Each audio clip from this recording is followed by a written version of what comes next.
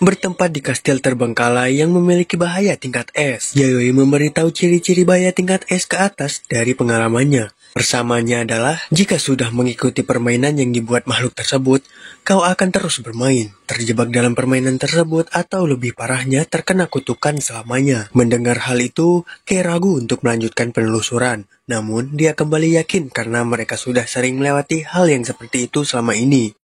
Sebelum mereka menelusuri tempat angker tersebut, mereka terlebih dahulu mencari tahu tentang rumor yang ada di sana. Katanya, cuman ada roh baik dan kuat di tempat itu. Lalu, pertama-tama mereka akan pergi ke air terjun, yang katanya paling angker di sana.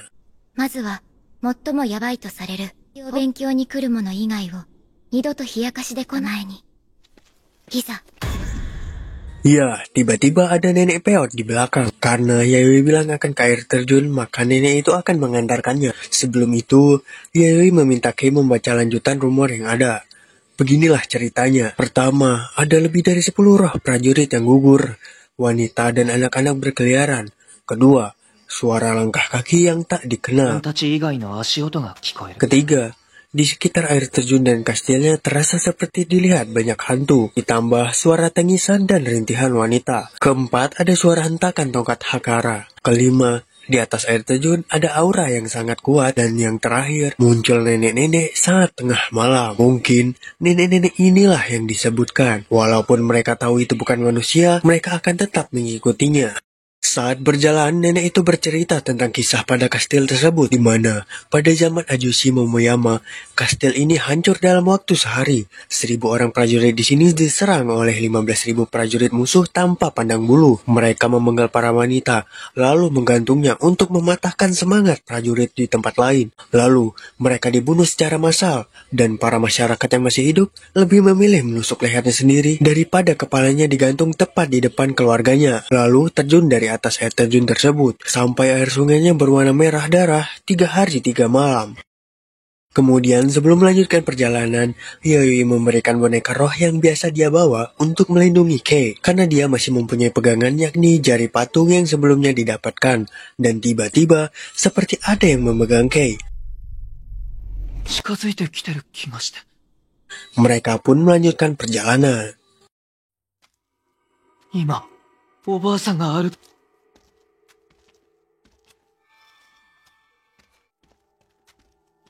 Namun, Kei mendadak menjadi aneh ketika dia memegang tangan Yayoi, dan ternyata itu adalah nenek tadi yang menggunakan jurus genjutsu sehingga Yayoi tak menyadarinya. Kei sendiri baru sadar kalau mereka telah terpisah, dan dia mendengarkan suara langkah kaki yang semakin lama semakin mendekat, lalu dia pun berlari.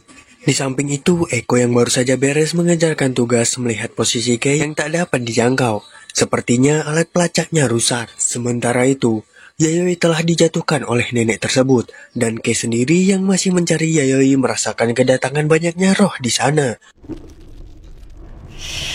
Dan dia diperlihatkan masa lalu para wanita di sana yang bundir lalu terjun. Ketika sadar, dirinya pun telah berada di atas air terjun tersebut dan...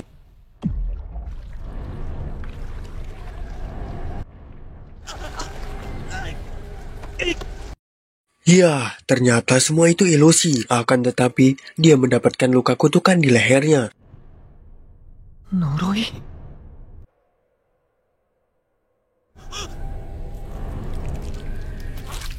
Dia pun berlari dan meninggalkan boneka itu. Sontak dia terkejut melihat Yayoi yang telah digantung di sana. Roh terkuat pun muncul dan terlihat daerah yang menjadi kekuasaannya.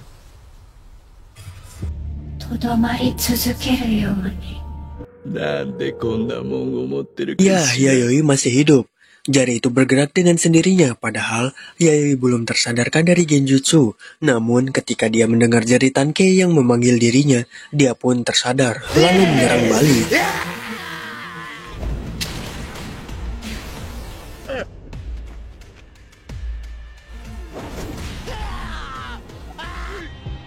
Di sisi lain, Kei tertangkap jebakan yang dibuat oleh makhluk itu. Dia ditarik ke atas dan terlihat banyak sekali kerangka manusia di sana. Sepertinya korban dari makhluk tersebut. Untungnya, Yayoi datang sebelum Kei ditarik lebih ke atas lagi. Roh itu memakan roh korbannya agar menambah kekuatannya.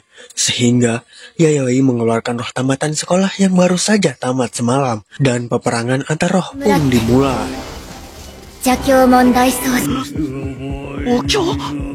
Roh tamatan sekolah itu mengeluarkan suara ayat sutra yang dapat melumpuhkan siapa saja yang mendengarnya. Dan apabila roh lemah mendengarnya, maka dia akan langsung pergi ke neraka. Setelah mendengarkan lantunan surat tersebut, satu persatu roh yang ada di sana pun ditariknya, sehingga penghalang itu mulai memudar. Akan tetapi,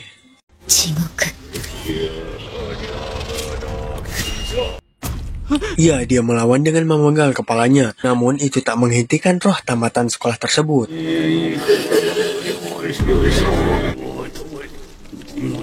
Roh perempuan itu mulai bergabung dan menjadi wujud aslinya, kabur dari sana untuk mengulur waktu. Maka dari itu, Kei mencoba merasakan hawa keberadaannya dan berhasil menemukannya.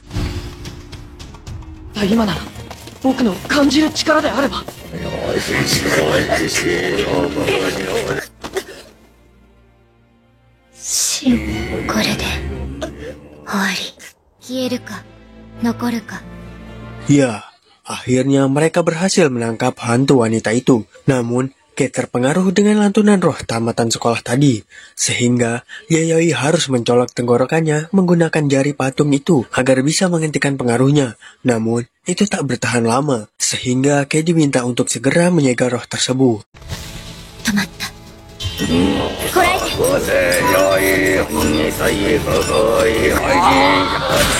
Setelah berhasil menyegalnya, Yayoi melihat sesuatu yang aneh dari boneka yang berisi roh wanita tadi. Dia pun mengikuti tali gaib itu dan berhasil menemukan sesuatu benda, yakni benda santet tangan kiri. Entah itu asli atau bukan, tetapi Yayoi langsung memotong benang itu. Dan alhasil, roh wanita itu menjadi baik. Ternyata karena benda tersebutlah yang membuat dirinya menjadi menggila karena rasa marah dan dendam yang dihasilkan oleh santet tersebut. Lalu, Yayoi merobek kertas yang menyimpan nenek dan tangan tadi. Nenek itu pun lari begitu saja. Sadar kalau ada orang yang dengan sengaja menyimpan benda terketuk itu, Yayoi pun memindahkan roh wanita itu ke tempat lain. Sebelum pergi, wanita itu memberikan kain sebagai pegangan mereka. Jika terjadi sesuatu, maka kain itu dapat memanggil roh wanita tersebut. Sesampainya di rumah, Eko sangat kesal terhadap mereka akibat tak mengajaknya pada saat pergi ke tempat angker. Untuk itu, Yayoi mengajaknya ke tempat yang lebih angker demi meredam amarahnya, yakni terowongan F, tempat yang digadang-gadang terdapat psikopat di dalamnya.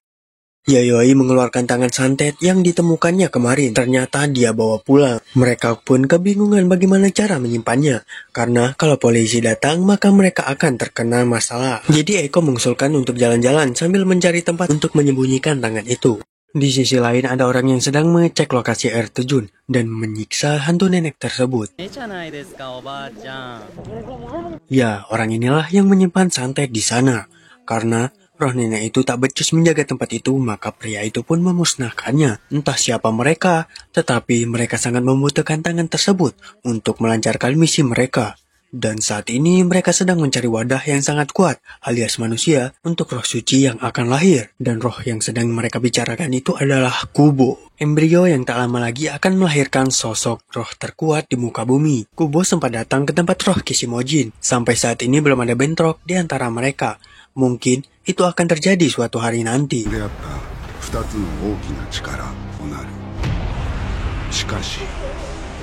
Kembali ke mereka yang sudah mulai melakukan perjalanan. Yayoi ingin pergi ke suatu tempat untuk mengambil roh tamatan sekolahnya yang telah dia simpan di sana. Tujuannya ingin mengambil itu jelas untuk berjaga-jaga jika ada bahaya di terowongan tersebut. Mereka bisa memakainya. Dia tak membawa roh semalam karena untuk mengistirahatkannya sejenak akibat pertarungan semalam yang sangat sengit. Seperti yang kita tahu, dia menyimpan roh tamatan sekolah itu di tempat yang sepi karena dia tak ingin terjadi hal yang mungkin bisa membahayakannya jika disimpan di rumah. Kei menanyakan seperti apa roh yang akan mereka ambil itu. Jika seperti semalam, maka butuh persiapan. Yayoi berkata kalau roh itu tak jahat, namun sangat berbahaya. Dia adalah mantan tentara Jepang yang berperang di Pasifik Selatan. Selama hidup, dia dijuluki si tangguh yang tak bisa dibunuh. Dan karakteristik tersebut masih bertahan hingga dia mati. Tapi yang harus mereka waspadi adalah ratusan roh tentara musuh yang ingin balas dendam karena telah dibunuhnya. Mereka selalu menggerogoti tubuhnya, namun dia dapat memulihkan tubuhnya. Bahkan dalam situasi buruk pun dia tak pernah hilang dari dunia ini. Untuk itu Yayoi menawarkan untuk membantunya beristirahat dengan tenang. Namun sebelum itu dia harus membantu Yayoi. Lalu dia pun setuju. Itulah mengapa ia bisa mendapatkan roh kuat ini. Yona. Berada di tepian sungai penuh dengan ilalang yang menjulang tinggi, terdapat manekuin dan ada sebuah TV di sana. Entah dicolok di mana, namun TV itu dapat hidup dengan sendirinya, membuat para roh tentara musuh mulai mendekat mereka. Dan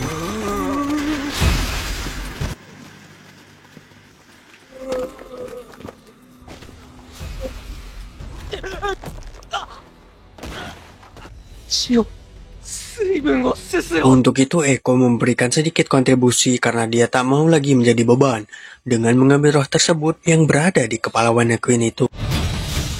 卒業生自身がいくら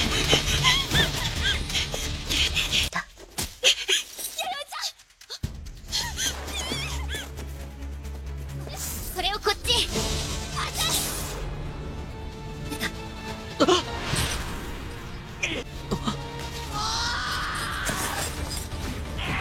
卒業生の回収も成功した。 Dan mereka pun berhasil. Sebelum menelusuri terowongan, seperti biasa, Eko ingin melihat rumor yang ada. Namun HP-nya tak sengaja terjatuh. Dan ya, boneka berroh Kunti ada di sana. Ternyata selama ini ia bersembunyi di situ dan terhindar dari kanibalisme di kamar Yayoi kemarin. Mereka pun dibagi pegangan untuk berjaga-jaga. 持っておいて。これ H 上司の霊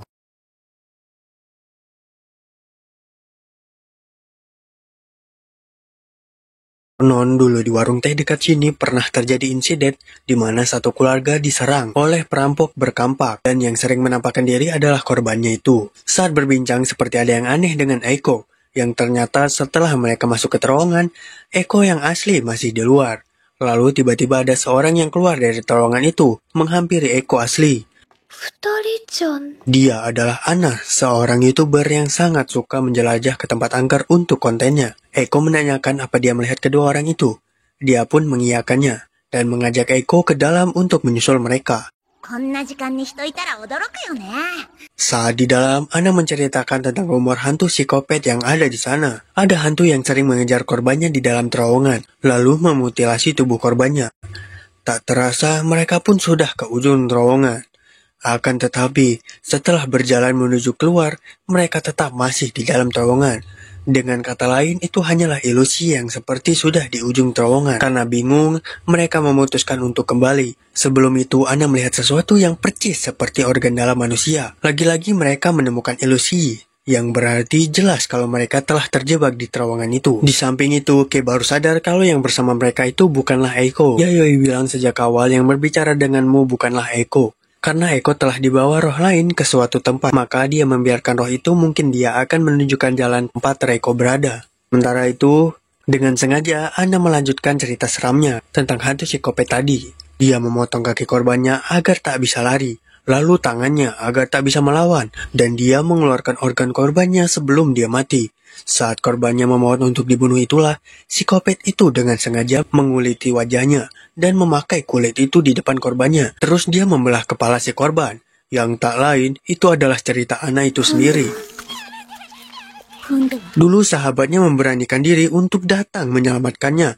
Namun, Ana tak ingin diselamatkan. Tetapi ketika dia melihat sahabatnya mengalami kejadian sama sepertinya, dia pun merasa lega karena tak sendirian mengalami hal tersebut.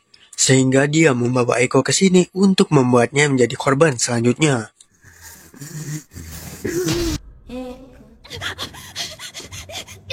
Eko mencoba lari namun dia kembali lagi ke tempat itu dan...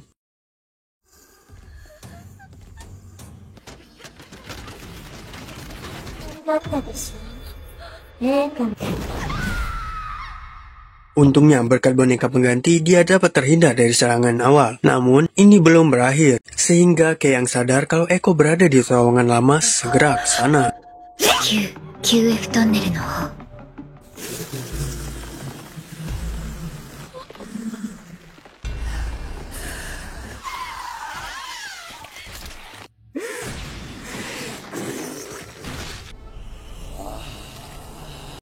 Ketika mereka sampai, Eko sudah ditarik ke dalam terowongan itu.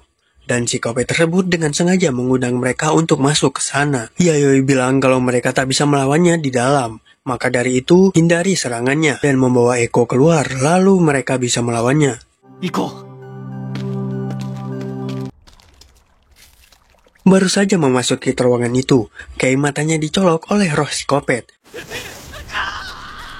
Dan di depan sana terdapat roh yang tak memiliki mata. Psikopat itu dengan sengaja menyuruh roh tersebut untuk bermain kucing-kucingan. Dan jika mereka tertangkap, maka nasibnya akan seperti itu.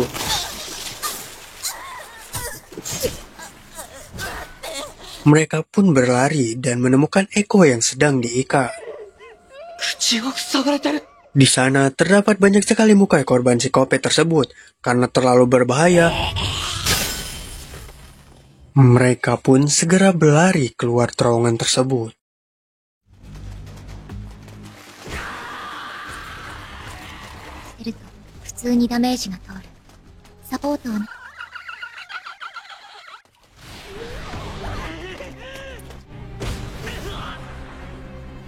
Untungnya mereka bisa terhindar dan berhasil keluar. Akan tetapi, Yayoi tertangkap sehingga Eko melemparkan boneka yang berisi roh tersebut.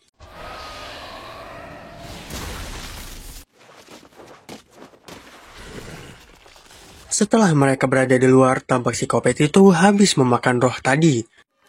Dan kini, Yayoi bisa mengeluarkan roh tamatan sekolahnya.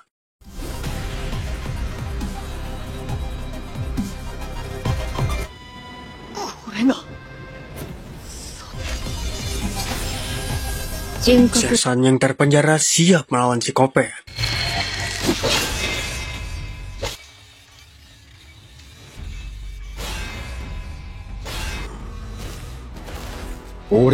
Semua serangan psikopat dapat ditangkis dengan mudah.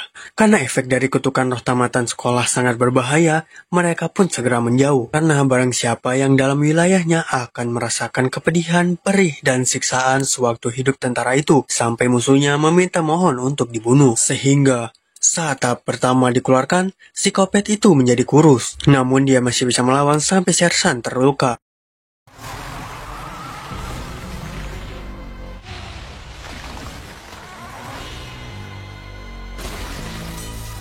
Akan tetapi, roh Sersan itu abadi, sehingga dirinya dapat pulih dengan cepat. Lalu tahap kedua dimulai.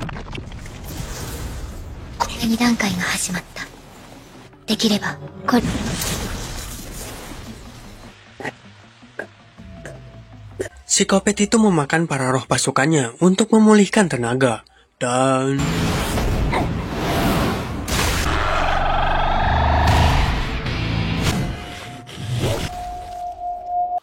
ya, Sersan dimakannya. Akan tetapi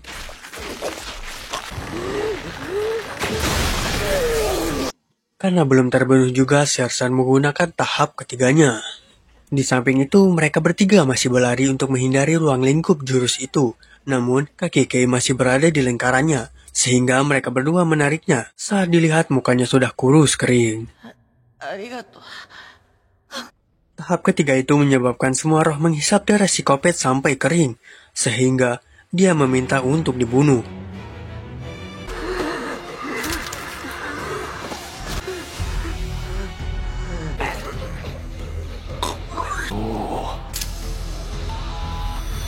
Akhirnya, roh psikopat didapatkan. Sebelum mereka pulang, Yayoi kembali masuk ke terowongan itu untuk mengambil roh korban psikopat tersebut dan memisahkannya. Yang jahat akan dimasukkan ke penyiksaan kamar Yayoi.